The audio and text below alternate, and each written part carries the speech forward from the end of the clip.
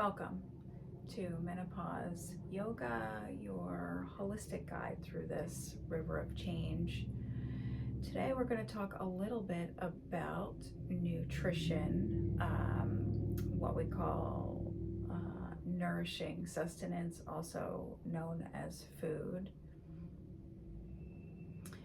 So it's funny because I'm like reluctant to even use the word nutrition.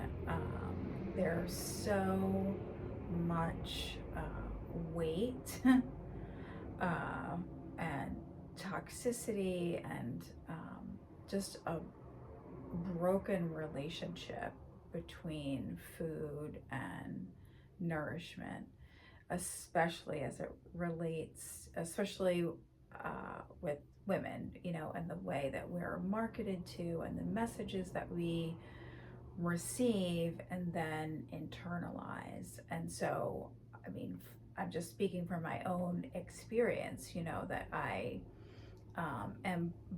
feel bombarded with these messages that make menopause about uh, weight gain and the changes in the way that my body looks, completely disconnected from how it feels.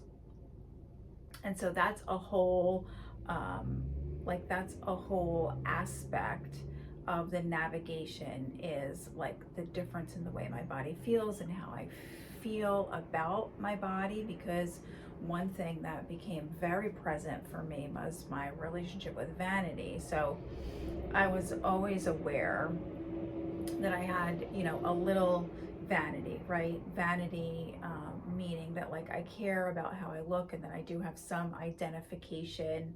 I mean, that's normal, right? To care about how you look. But vanity becomes an obstacle or a defect when it becomes falsely identified as self. Um, so but then as I started to go through menopause and in these later stages of menopause, where like the big changes started happening in my body, the way I feel in my body and the way that my body looks, what I found is that I got very caught up in the vanity of it, in the way of like when I look in the mirror and my body looks a certain way, then I feel a certain way about myself, and then I become willing to do whatever it takes to make that change. And whatever it takes is a disregarding of how I feel. I mean, and that's really what diet culture is about, right? Is about eating in a way to change the way that your body looks, regardless of how it feels. So, this looking at ourselves and caring for ourselves in a holistic way means looking at the ways that we nourish ourselves. And it's true, there are certain like ways of eating, right? Or let's say there are certain things that we eat that will contribute to the way that we feel and will affect the way that we look. But what I would like to do in this, what we'll do in the live workshop that's coming up, if you're watching this before the workshop that's in August of 2024, if you're watching this after August of 2024, then that workshop has already passed. Maybe there's another one coming up, I don't know. Anyway, but in the course of working privately, and maybe we'll create a whole digital course around this at some point. But what we do first is we look at how we eat and the way that we eat before we look at what we eat.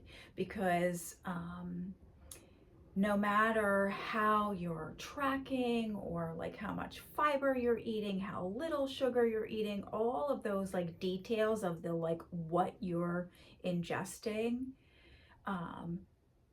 no matter how you control that or how healthy you make it, or what doctor recommended regimen you follow, if you are still putting food in your body as a mechanism to control the way that you look, then it's self-harm, and it's not nourishing, and it's not sustenance. So if you're eating to lose weight, then you're eating to be less. You're still, the feelings of scarcity and inefficiency and lack, um, which are the feelings of being fat. This is my own, the way that I perceive it. Um, those feelings will remain no matter what it says on the scale. So we look at the way that we eat, and we move into a way of shifting the relationship of food from being a tool to wrangle the body into being sustenance for the body. This is not an overnight path, and not something that I can offer you in 5 minutes, which is why I was saying that, maybe we'll at some point make a whole course dedicated to just this. But what we do in the Menopause Yoga program is through the practices of meditation, becoming familiar with your mind, the way that your mind works, and through the practice of using breath and breath awareness to cultivate a state of relaxation, activating the parasympathetic nervous system, which is the rest and digest system, right? The restore and digest system of the body. So we activate those systems of the body in relation to eating. And then we explore together ways to change the narrative inside your mind, which is not simply like this positive thinking. Yes, that is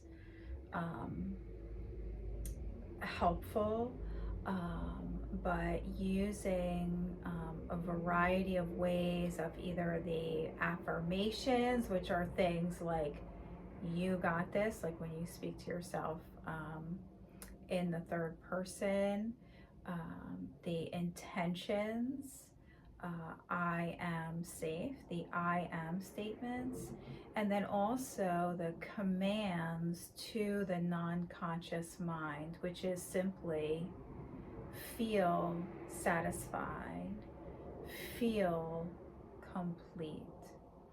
So using these ways of filling the thought space with thoughts that are related to the landscape that we're cultivating, in conjunction with the breath coordinated movement, which helps to build this,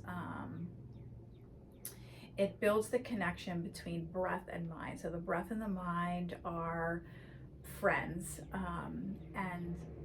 but they sort of follow each other. And so if the breath is short, then the mind goes fast. If the mind goes fast, the breath goes short. So what we do is we learn to take control of the pace of the breath. The mind will naturally follow along when you are using your willpower to shift the way that your body is breathing. So we use our breath-centered movement and the breath-centered meditation practices to start to change the way that we perceive food. And then when we are have a good handle, it's not perfect, but when we have an opening and we have a good handle on understanding that what we are ingesting and what we are eating is nourishment for our body, then we start to look at the nuts and bolts of kind of like what makes that, what are the best ways to nourish the body. And honestly, it's like super simple, and it's the things that people who have been indoctrinated into diet culture have heard over and over again. And so these things can be understandably very triggering and aversive. They can be a repellent if you're like, want to join a holistic program and they're like, okay, we're going to talk about nourishment, and I start talking to you about portions or calorie counting, then that's just still, it's using the same language that can be very easy for many of us to use to cause harm to ourselves. And so the kinder way is to, or the more sustainable way, the kinder and more sustainable way is to first cultivate this relationship of kindness to self and loving and nurturing to self. And then, basically, we just recommend that eat less than 25 grams of sugar. And whether you want to measure that or not is, that's added sugar. So fruit is your friend. And there's just a wide variety of ways to personalize how to get to the details. That's just one part. And there's really just a few things, because really most of those things you don't even need to be told. Once you develop this relationship of being inside your body and understanding that you are a system, and that your body, your mind, and your spirit are a system. These are not three separate things. This is like when I was explaining the breath and the mind. These are not separate things. These are all part of a system that is your whole. And when you become embodied, you are in the system, and very little instruction is then needed about what to do with your system. The system is self-correcting and self-healing. And so all of the holistic practices that I offer, including the body work, are really just resources for the system that is you, to be able to self-correct into a way of being that is your birthright, which is joy and vitality. So just going back to the nourishing substance, because that's what this is supposed to be about, that is one part of that, is nourishing the physical body, which we do through food. So that's it for now on the food, and maybe I'll do one that's more personal story. But that's how we handle the the nourishing sustenance part of the Menopause Yoga holistic care here.